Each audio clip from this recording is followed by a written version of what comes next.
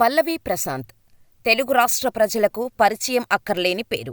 Big boss season 7లో తన ఆటతో ప్రేక్షకుల మనసు గెలిచి బిగ్ బాస్ సీజన్ 7 విజేతగా నిలిచాడు. ఒక యూట్యూబర్గా, ఫోక్ సాంగ్స్ క్రియేటర్గా జీవితాన్ని మొదలుపెట్టిన ప్రశాంత్ ప్రయాణంలో ఎన్నో ఎత్తుపల్లాలు ఉన్నాయి. జీవితంలో ఎదురైన ఒడిదుడుకులకు ఒకానొక సందర్భంలో కుందామనుకున్నాడు. కాని భూమిని చీల్చుకొని పైకి వచ్చే విత్తులా ఎదుగుతూ రైతుగా కొత్త జీవితాన్ని మొదలుపెట్టి సోషల్ మీడియాలో రైతు బిడ్డగా ట్రెండింగ్ సృష్టించాడు. బిగ్ బాస్ సీజన్ 7 విన్నర్ అయిన తర్వాత కూడా పల్లవి ప్రశాంత్ చుట్టూ వివాదాలు చుట్టుకున్నాయి. తాజాగా బెట్టింగ్ యాప్స్ ప్రమోషన్స్ చేసేవారి భరతం పట్టడంతో పల్లవి ప్రశాంత్ మరొకసారి వార్తల్లోకి వచ్చాడు. ప్రపంచ యాత్రికుడు నా అన్వేషణ ఫేమ్ అన్వేష్ పల్లవి ప్రశాంత్ను టార్గెట్ చేయటంతో చిక్కుల్లో పడ్డాడు. అన్వేష్ పల్లవి ప్రశాంత్ని ఎందుకు టార్గెట్ చేశాడు? ప్రశాంత్ బెట్టింగ్ యాప్స్ ప్రమోట్ చేశాడా? రైతు బిడ్డ ఆటగాడయ్యాడా? పల్లవి ప్రశాంత్ బ్యాక్గ్రౌండ్ ఏమిటో ఈ వీడియోలో తెలుసుకుందాం. పల్లవి ప్రశాంత్ది సిద్దిపేట జిల్లా గజ్వేల్ మండలం కొల్లూరు. తండ్రి సత్తయ్య రైతు. డిగ్రీ వరకు చదువుకున్న ప్రశాంత్కు చిన్నప్పటి నుంచే కల్చరల్ యాక్టివిటీస్ అంటే చాలా ఇష్టం. స్నేహితులతో కలిసి యూట్యూబ్ ఛానల్ ప్రారంభించి ఫోక్ సాంగ్స్తో నెటిజన్లకు దగ్గరయ్యాడు. ఈ క్రమంలో యూట్యూబ్ ఛానల్ విషయంలో స్నేహితుల మధ్య వివాదం తలెత్తటంతో అప్పటివరకు సంపాదించిన డబ్బుతో పాటు ఛానల్ను వదులుకోవాల్సి వచ్చింది. దీంతో తీవ్ర మనస్తాపానికి గురై ఆత్మహత్య చేసుకోవాలనుకున్నాడు. ఇదే విషయాన్ని తన తండ్రికి చెబితే, బిడ్డా, నువ్వు అలాంటి పని చేస్తే మేము బతకం. మళ్ళీ నువ్వు చెయ్యాలనుకున్నది చెయ్యి. నేను నీకు అండగా ఉంటా అని చెప్పటంతో ప్రశాంత్ తన నిర్ణయాన్ని మార్చుకున్నాడు. తండ్రికి వ్యవసాయ పనుల్లో సాయం చేయడం మొదలుపెట్టాడు.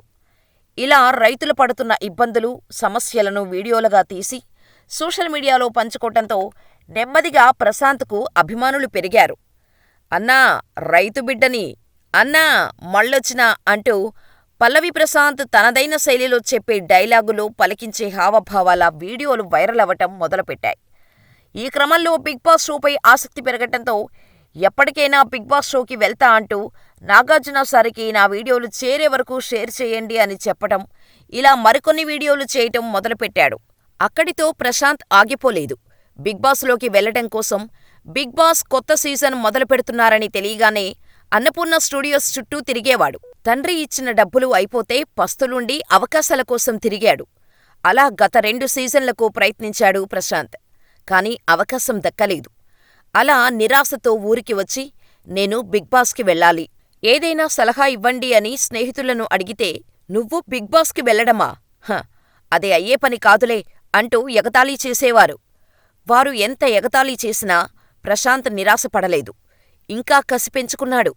బిగ్ బాస్కి వెళ్ళి ఎలా అయినా నేనంటే ఏంటో అందరికీ నిరూపించుకోవాలి అనుకున్నాడు.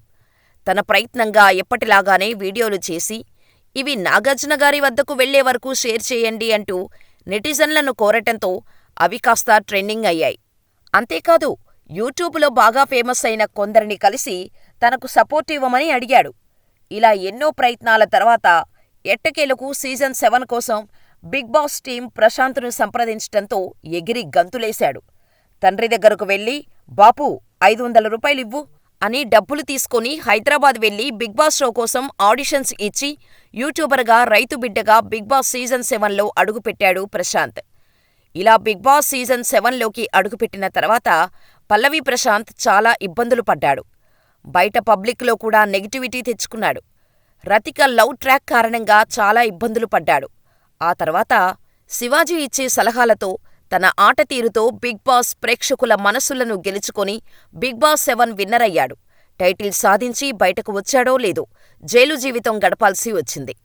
ప్రశాంత్ గెలిచి అన్నపూర్ణ స్టూడియో నుంచి బయటకు రావటంతో పల్లవి ప్రశాంత్కు ఘన స్వాగతం పలికేందుకు బిగ్ బాస్ 7 గ్రాండ్ ఫినాలే జరిగిన రోజు వందలాది మంది అభిమానులు అన్నపూర్ణ స్టూడియో వద్దకు చేరుకున్నారు. అలాగే ఇతర బిగ్ బాస్ ఫైనలిస్టుల అభిమానులు కూడా వచ్చారు. కానీ వీళ్లల్లో ఎక్కువ మంది పల్లవి ప్రశాంత్ అభిమానులే. అయితే సీజన్ ఆఖరిలో పల్లవి ప్రశాంత్తో గొడవ పెట్టుకున్న అమర్దీప్పై ప్రశాంత్ అభిమానులు కోపం పెంచుకోవటంతో దీన్ని మనసులో పెట్టుకున్న పల్లవి ప్రశాంత్ అభిమానులు రన్నరప్గా నిలిచిన అమర్దీప్ భార్య, తల్లితో కలిసి కారులో అన్నపూర్ణ స్టూడియోస్ నుంచి బయటకు వచ్చిన వెంటనే దాడి చేశారు. కారు అద్దం పగలగొట్టారు, రాళ్లు రువ్వారు. అలాగే మరికొంతమంది సెలబ్రిటీల కార్లపై కూడా దాడులు చేశారు. ఇక పల్లవి ప్రశాంత్ స్టూడియో నుంచి బయటకు వచ్చిన తర్వాత పోలీసులు హెచ్చరికలు బేఖాతరు చేస్తూ ర్యాలీ చేశారు. అంతకుముందే పల్లవి ప్రశాంత్, అమరదీప్ అభిమానులు రోడ్డుపై గొడవపడి అటుగా వచ్చిన ఆర్టీసీ బస్సులపై దాడులు చేశారు. 6 ఆర్టీసీ బస్సుల అద్దాలను ధ్వంసం చేశారు. దీనిపై Telangana RTC MD VC Sajjanar ఆగ్రహం వ్యక్తం చేశారు.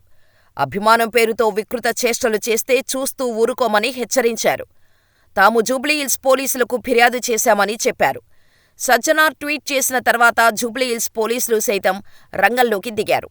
ఘటనను సుమోటోగా తీసుకుని పల్లవి ప్రశాంత్తో పాటు మరో 4గురిపై కేసులు నమోదు చేశారు. ఈ కేసులో మొత్తం 5గురిని నిందితులుగా పేర్కొనగా A4, A5లను ఇప్పటికే అరెస్ట్ చేశారు. తాజాగా A1 పల్లవి ప్రశాంత్ను అరెస్ట్ చేశారు. పల్లవి ప్రశాంత్తో పాటు ఈ కేసులో A2గా ఉన్న ఆయన తమ్ముడు రవిరాజ్ను గజ్వేల్ పోలీసులు అదుపులోకి తీసుకుని ప్రశాంత్ స్వగ్రామమైన గజ్వేల్ మండలం కొల్గూరులో ఆయన నివాసం వద్దే అరెస్ట్ చేసి హైదరాబాదుకు తీసుకువెళ్లారు. ఇలా పల్లవి ప్రశాంత్పై మొత్తం 9 సెక్షన్ల కింద కేసు నమోదు చేశారు. ఇలా ఆ తర్వాత జైలు నుంచి బయటకు వచ్చిన పల్లవి ప్రశాంత్ బెట్టింగ్ యాప్స్ని ప్రమోట్ చేయటం మొదలుపెట్టాడు.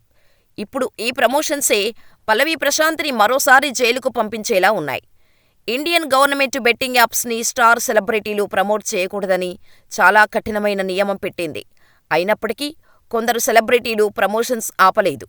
దీంతో బెట్టింగ్ యాప్స్ ప్రమోట్ చేస్తున్న వారిపై ప్రభుత్వం చర్యలు తీసుకుంటోంది. ఇలా ప్రమోట్ చేసిన వారిలో పల్లవి ప్రశాంత్ కూడా ఉన్నాడు. దీంతో మరోసారి వివాదాల్లో చిక్కుకున్నాడు పల్లవి ప్రశాంత్. ఈ క్రమంలోనే సోషల్ మీడియాలో బెట్టింగ్ రాయుళ్ల భరతం పట్టడం కోసం నా అన్వేషణ ఫేమ్ అన్వేష్ రీసెంట్గా టీఎస్ఆర్డీసీ ఎండీ, ఐపీఎస్ ఆఫీసర్ సజ్జనార్తో కలిసి లైవ్ వీడియో చాట్ చేయటంతో బెట్టింగ్ రాయుళ్లు వరుస అరెస్టులు జరుగుతున్నాయి. ఈ క్రమంలో అన్వేష్ పల్లవి ప్రశాంత్ని టార్గెట్ చేస్తూ పల్లవి ప్రశాంత్ గుట్టు మొత్తం రట్టు చేసే పనిలో పడ్డాడు. పల్లవి ప్రశాంత్ గతంలో 2 బెట్టింగ్ యాప్స్కి బ్రాండ్ అంబాసిడర్గా వ్యవహరించాడని, ఇతన్ని చూస్తేనే అసహ్యం వేస్తుందని, రైతుబిడ్డ అంటూ బిగ్ బాస్ హౌస్లోకి వెళ్లే ముందు నాకు మెసేజ్ చేశాడని, ఇలా బిగ్ బాస్ హౌస్లోకి వెళ్తున్నాను, దయచేసి నాకు సపోర్ట్ చేస్తూ ఒక వీడియో చేయండి అని అడిగాడని, నేను అలాంటివి ప్రోత్సహించను బ్రదర్ అని చెప్పానని, అతను నేను బిగ్ బాస్ హౌస్కి వెళ్లి రైతుల గొప్పదనం తెలియచేసి ప్రైజ్ మనీని రైతుల కోసమే ఖర్చు చేస్తానని చెప్పాడని, కానీ చివరకు బయటకు వచ్చిన తర్వాత చేస్తాను అని చెప్పిన పనిని చేయడం మానేసి బెట్టింగ్ యాప్స్ని ప్రమోట్ చేస్తూ యువతను చెడగొడుతున్నాడని, ఇతనికి ఖచ్చితంగా జైలు శిక్ష పడేలా చేస్తానని ఈ సందర్భంగా అన్వేష్ చెప్పుకొచ్చాడు. ఈ కేసు బుక్ అయితే కనీసం 2 ఏళ్లు జైలు జీవితం గడపాల్సి వస్తుందని, అందుకు సిద్ధమవ్వాలంటూ పల్లవి ప్రశాంత్ను హెచ్చరించాడు అన్వేష్. దీంతో పల్లవి ప్రశాంత్ మరోసారి వార్తల్లోకి వచ్చాడు. మరి మీరేమనుకుంటున్నారు? పల్లవి ప్రశాంత్ జైలుకు వెళతాడా? అన్వేష్ వర్సెస్ పల్లవి ప్రశాంత్లో గెలిచేదెవరు? మాకు కామెంట్ చేయండి.